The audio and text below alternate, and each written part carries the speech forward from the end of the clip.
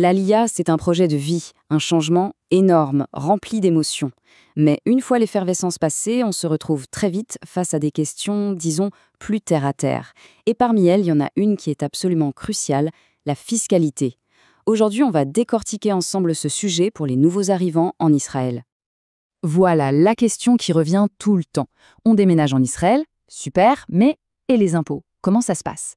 C'est une interrogation légitime et franchement, il vaut mieux se la poser tout de suite. Parce que bien maîtriser le système fiscal dès le début, ça peut vraiment, mais alors vraiment, changer le cours des premières années de cette nouvelle aventure. Alors, la bonne nouvelle, c'est que pour faciliter l'intégration, l'État israélien a prévu un véritable coup de pouce financier. On pourrait presque voir ça comme un cadeau de bienvenue. C'est un avantage fiscal vraiment conséquent qui est là pour alléger la charge des nouveaux immigrants et leur permettre de prendre leur marque plus sereinement. Bon, avant d'aller plus loin, il y a un terme qu'il faut absolument connaître, Olé Hadash.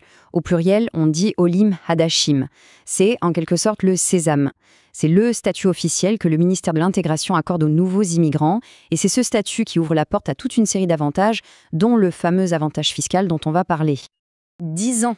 Voilà, c'est le chiffre à retenir, c'est la durée de l'avantage fiscal le plus important pour les Olim Hadashim. On parle d'une décennie complète, c'est énorme, et ça peut littéralement changer la donne sur le plan financier au moment de s'installer. Alors, concrètement, en quoi ça consiste?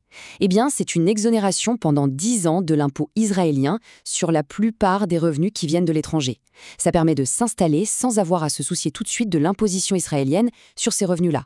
Et attention, on ne parle pas que des salaires. Ça couvre aussi les revenus passifs, les loyers d'un appartement à l'étranger, des dividendes, des intérêts, et même les plus-values si on vend un bien à l'étranger. C'est vraiment très large, l'idée c'est d'aider à maintenir son niveau de vie. Mais, il y a une subtilité. Et elle est de taille. Ce décompte de 10 ans, il ne démarre pas forcément le jour de l'arrivée. Non, il y a une option stratégique même, qu'il est crucial de connaître. C'est la Shnat Istaglut. Autrement dit, l'année d'adaptation. En fait, en arrivant, on se trouve face à un choix, une sorte de carrefour. D'un côté, on peut choisir de devenir résident fiscal israélien tout de suite. Dans ce cas, le chrono des 10 ans d'exonération démarre le premier jour. De l'autre côté, on peut opter pour cette fameuse année d'adaptation. Pendant 1 an, on est considéré comme non-résident fiscal et le chrono des 10 ans, lui, ne commence qu'à la fin de cette année. C'est une décision super importante qui va vraiment dépendre de la situation financière de chacun. Bon, tout ça, ça peut paraître un peu abstrait. Alors pour bien comprendre toutes les subtilités, le mieux, c'est de prendre un cas concret. On va se pencher sur une histoire vraie, une situation qui a même nécessité une décision spéciale de l'administration fiscale, ce qu'on appelle un ruling. Alors voilà le scénario. On a un citoyen français qui fait son Aliyah. Il travaille pour une boîte étrangère. Jusque-là, tout semble simple, n'est-ce pas? Sauf que le salaire n'est pas versé depuis l'étranger. Non, il est versé par la succursale israélienne de l'entreprise. Et là, ça complique tout.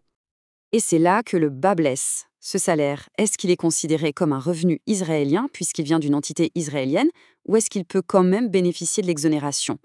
La source du paiement, c'est ça qui crée toute l'ambiguïté. La situation était tellement floue qu'il a fallu demander une clarification officielle au fisc. Voyons la chronologie des faits. La personne arrive en Israël en juillet 2013. Et là, premier choix stratégique, elle opte pour l'année d'adaptation. Ça lui donne une sorte de sas de décompression d'1 an. Du coup, ce n'est qu'en juillet 2014 qu'elle devient officiellement résidente fiscale et que le fameux compteur des 10 ans se met en marche. Et alors, quelle a été la solution du fisc? C'est ça qui est vraiment intéressant. Ils n'ont pas dit « c'est tout blanc ou tout noir ». Non, leur réponse a été bien plus nuancée. Ils ont dit « ok, on va diviser le salaire. La clé, c'est le lieu physique où le travail est effectué. La partie du salaire qui correspond aux jours travaillés hors d'Israël, c'est un revenu étranger, donc c'est exonéré. La partie qui correspond aux jours travaillés en Israël, ça, c'est un revenu local et c'est imposable. C'est une solution assez élégante, non? Ok, ce cas est super intéressant. Mais maintenant, qu'est-ce qu'on peut en tirer comme leçon plus générale?